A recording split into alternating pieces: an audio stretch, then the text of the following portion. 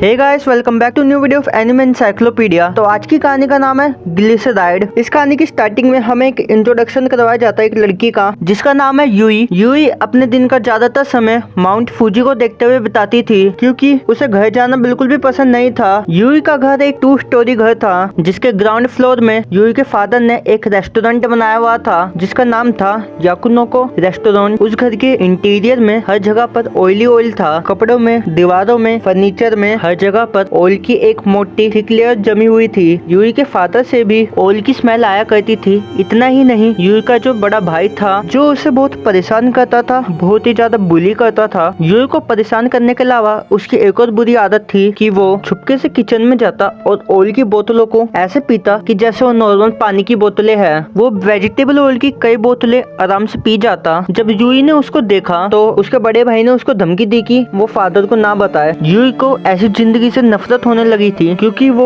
ऐसे एनवायरमेंट में बहुत समय से रह रही थी। समय बीता और यूई का भाई गोरो बड़ा हो गया और उसके चेहरे पे तेल पीने के कारण बहुत सारे पिंपल्स आने लगे। इस वजह से उसको स्कूल में बच्चे बुली करते और चिढ़ाते रहते थे, जिसका गुस्सा वो घर जाकर अपनी छोटी बहन यूई पर निकालता था। गोरो अपने फादर से लड़ाई करता और ब्लेम करता कि कैसी जिंदगी में उसे रहना पड़ रहा है उनकी वजह से। उसकी ऑयल पीने की एडिक्शन बहुत ही ज्यादा बढ़ गई थी। उसने अपने आप को एक कमरे में बंद करा और एक दिन में कई लीटर बोतल से ऑयल पीने लगा। वो यूई को जबरदस्ती फोर्स करता और ज्यादा ऑयल की बोतल लाने के लिए। एक बार जब यूई ने कहा कि मेरे पास पैसे नहीं बचे अब ऑयल खरीदने के लिए, तब गोरो ने अपने पिंपल्स को दबाकर यूई पर उसका गंदा ऑयल फेंक दिया। यूई को ये बहुत खराब लगा और उसने कहा, तुम बहुत ही डिस्गस्टिंग हो। गोरो ये बात सुनकर बिल्कुल आपे से बाहर हो गया और उसने यूई को धक्का देकर जमीन पर गिरा दिया और उसके ऊपर उसने अपने चेहरे को इतनी बुरी तरह दबाया कि उसके चेहरे के सारे पिंपल फूट गए और उस पिंपल का निकलता हुआ ऑयल यूई के ऊपर गिर गया। तभी अचानक से यूई के फादर आते हैं और वो गोरो के पीछे आकर उसके सर पे तेजी से फावड़ा मारते हैं, जिसकी वजह से वो वहीं पर मर जाता है। अगले सीन में हमें दिखाया जाता है कि 2 लोग बात करते हुए जा रहे होते हैं, जिसमें से एक बताता है कि याकुनाको रेस्टोरेंट में बहुत ही अच्छा और फैटी मीट मिल रहा है। हाँ, जगह बहुत ही गंदी और ग्रीसी है, पर वहाँ का मीट बहुत ही अच्छा है। वो दोनों याकुनाको रेस्टोरेंट में जाते हैं और